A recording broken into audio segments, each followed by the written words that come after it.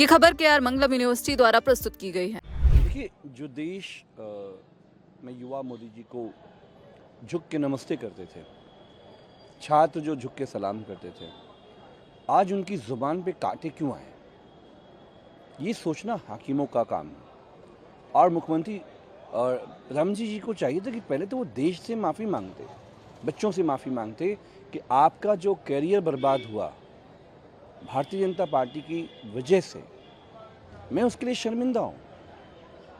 मतलब आप ये कहना चाह रहे हैं कि अभी तो मैंने पैलेट गन में छोड़ दिया है, माफ़ कर दिया है, प्लानिंग तो कुछ और थी, आप ये कहना चाह रहे हैं। तो प्रधानमंत्री जी को धमकाने का काम नहीं करना चाहिए कि मैं FIR नहीं करना चाहता। FIR तो देश भर में हुई है। गलत बात है जो छात्रों ने, बच्चों ने कही है, लेकिन सवाल ये है कि ये बात यहाँ तक कैसे आई? आप फेसबुक पे 2014 में और 19 के बीच में प्रधानमंत्री जी के खिलाफ कुछ लिख नहीं सकते थे, लेकिन आज भाजपा के ही विधायक, सांसद के बच्चे बच्चियां उस प्रोटेस्ट में शामिल हैं। इतना तो प्रधानमंत्री जी को समझना चाहिए कि ये जो माहौल है वो आपके खिलाफ बन क्यों रहा है। किसने माफ़ी मांगी है आदरणीय मोदी जी? बच्चों को परेशान पुलिस कर रही है, परेशान करना बंद कीजिए। आपसे बच्चों ने माफ़ी नहीं मांगी। और रही बात गाली देने की, तो गालीबाज भारतीय जनता पार्टी के प्रवक्ता हैं जिन्होंने मेरी मां को भी गाली दी, जिन्होंने तमाम देश की बड़ी बड़ी महिलाओं को, सम्मानित महिलाओं को गालियां दी हैं।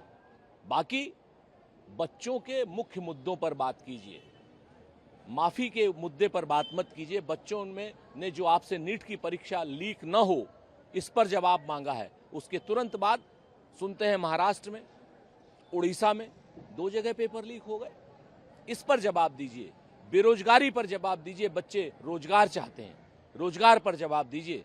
इस तरीके के विषयांतर करने से कोई फायदा नहीं, फिजूल की बात करने से कोई फायदा नहीं। हमें पता है कि आपकी रातों की नींद उड़ी हुई है। कांग्रेस ने कहा कि देश की माफ करने की बात कही है, पार्टी ने इसे जनता के सवालों से ध्यान भटकाने की कोशिश किया। निश्चित तौर पर देश तो प्रधानमंत्री से माफी की उम्मीद कर रहा है कि अमित शाह ने जिस तरीके से गोली चलाई, जिस तरीके गोली चलवाई, पिलेट गन का इस्तेमाल किया, जिस तरीके से बिहार में AK-47 चलाई गई, जिस तरीके से बच्चों को पीटा गया, महिलाओं के कपड़े फाड़े गए, घेर घेर करके मारा गया, सादी वर्दी में पुलिस के डंडे लेकर के, पता नहीं वो कौन से आतंकवादी फोर्स के लोग थे जिन लोगों ने बच्चों की पिटाई की। तो देश प्रधानमंत्री से माफी चाहता है।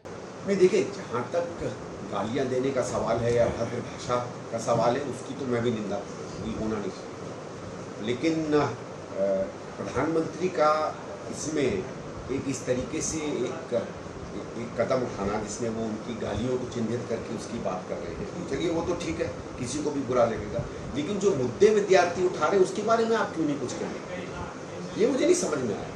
1.5-2 महीने से विद्यार्थी सड़क पर है, आपके खिलाफ, आपकी सरकार की नीतियों के खिलाफ बोल रहा है, और केवल दिल्ली में नहीं, पूरे हिंदुस्तान में। आपने हर कोशिश कर ली उनको बदनाम करने की। कोई उन्हें आतंकी बताता है, पुलिस से बात करिए तो कहता है कि उसमें आतंकी घुस गए हैं उस क्राउड में, इसलिए हमने बंदूकों का इस्तेमाल किया। इस तरीके की बातें आप कर रहे हैं। ठीक है, ये इन्होंने गाली दी, अभद्र भाषा का इस्तेमाल किया, उसकी तो निंदा है, लेकिन इसका क्या है? आपकी पुलिस की किस तरह से बर्बरता होती है। बार बार आप ये दिखाने की कोशिश करते हैं जैसे केवल पुलिस वाले ही पिट रहे हैं और कोई नहीं है, जैसे इनमें पता नहीं क्या चोर बदमाश। तो आपके सरकार के रवैये से तो आप तो इन युवाओं को एक तरीके से गुंडे, बदमाश, मवाली की तरह से ट्रीट कर रहे हैं। तो ये मुझे नहीं समझ में आता कि आप कुछ भी कर लें। और दूसरा चीज आप देखिए, आप पिछले 15-20 सालों से प्रधानमंत्री और उनके संघ के जितने मित्र लोग हैं, संघ की संस्थाओं के मित्र लोग हैं, चाहे महात्मा गांधी की बात हो, चाहे पंडित जवाहरलाल नेहरू की बात हो, चाहे इंदिरा जी की बात हो, चाहे राहुल गांधी की बात हो, मतलब ये नहीं समझ में आता कि जिस तरीके की गालियां ये उनको सरेआम देते हैं, उस पर क्यों नहीं कभी प्रधानमंत्री ने प्रतिक्रिया दी? आप देखिए, अभी निशिकांत दुबे जैसा व्यक्ति बिल्कुल झूठ, और अगर आप कभी समय दें तो उसको सिद्ध करेंगे, महा झूठा आदमी है, ओपनली किसी प्रधानमंत्री को अय्याश कह रहा है। क्या अय्याश बहुत अच्छा शब्द है? उस पर आपने एक शब्द भी कहा? महात्मा गांधी को ऐसे ऐसे लोगों की वीडियो आजकल आ रहे हैं, लोग दिखा रहे हैं प्रधानमंत्री की माफी के साथ साथ बीजेपी के बोलने वालों का, जिन्होंने वो बातें उस व्यक्ति के बारे में कही हैं जो कहीं भी दुनिया में सभ्य समाज में नहीं कही जाती, उस पर तो आज तक प्रतिक्रिया नहीं आई। अच्छा चलिए, कांग्रेस के नेताओं के बारे में ना कहिए, महात्मा गांधी के बारे में तो कह दीजिए। तो ये एक तरफा चलता है क्या? अच्छा, मुझे ये लगता है, देखिए अभी तक मैं मानता था कि ठीक है, राजनीतिक रूप से नीतियों में मैं पूरा विरोधी हूँ नरेंद्र मोदी की नीतियों का, उनके भारतीय जनता पार्टी की सरकार का, लेकिन ये चीज मानता था कि वो अच्छे राजनीतिक हैं, उस समय को समझते हैं।